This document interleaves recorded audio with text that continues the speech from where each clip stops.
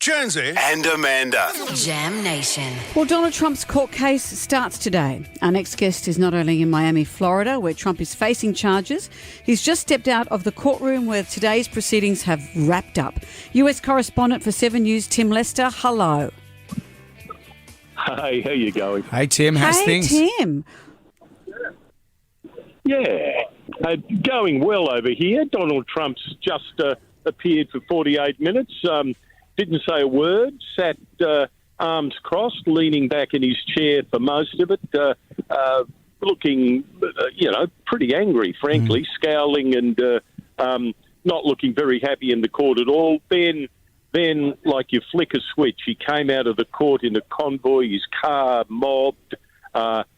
Extraordinary scenes as he left here, some quite dangerous, frankly. And in the meantime, he's gone to a cafe before he hopped on his plane, to a cafe, a Cuban cafe here in Miami. Got a wonderful reception there. They sang him happy birthday. He turns 77 tomorrow, and he bought everybody food there. So he's campaigning for president. That's what he's doing here. Mm-hmm. When you say the attending the court was an inconvenience. When you say he was mobbed, was that by supporters? Well, both. In fact, mainly supporters. Certainly, most here were running the Trump cause, believe in him. As you know, supporters of Donald Trump can be extraordinarily passionate, and those ones certainly are. But there were a reasonable scattering of opponents too, which is an act of courage coming here. And they were kicking around, suggesting, with lock him up signs and the like, and really giving the air a bit of a feel of friction, of tension. It seems to me with Donald Trump, whenever I see him, there's no consequences for any of his actions. Is that the feeling over there?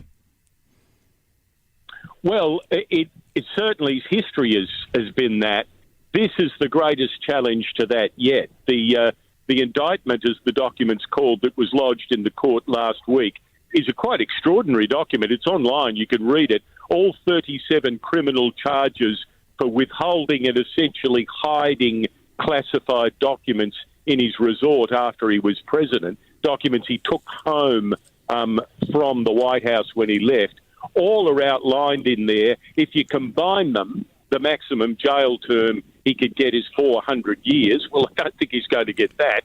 In fact, realistically, he may very well never serve time, even if he's convicted.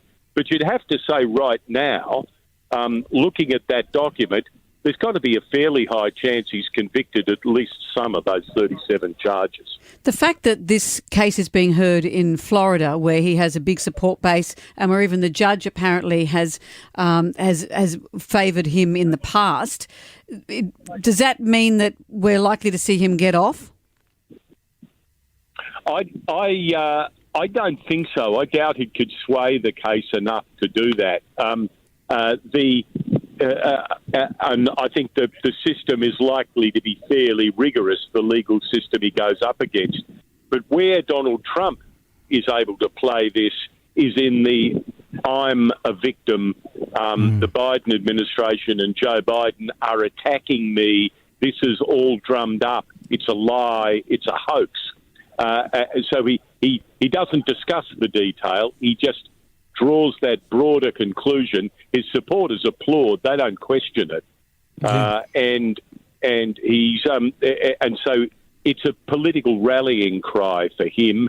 And whilst I think he might well be convicted here on at least some charges, he'll also likely drive up his vote and certainly drive up the passion of his supporters in the months ahead, as he, of course, campaigns for November next year and another crack at the US president's job. So it's another day in the campaigning of Donald Trump. Yeah, but what happens now? Is this going for weeks, you think? What's in front of us? Well, I think Donald Trump will kick this can down the road as far as he can. That is to say, he will tell his lawyers, delay, delay, delay. Anything that keeps this case going for as long as possible, he'll want to do. And in that sense, he sees it as political haymaking time. That is negative in the court, but once he's outside of the court, it's all positive for him. Well, Tim, thank you. For more news, watch 7 News tonight at 6 o'clock. Tim Lester, thank you for joining us. Thank you, guys. Have a good day. Thank you, too. Tim.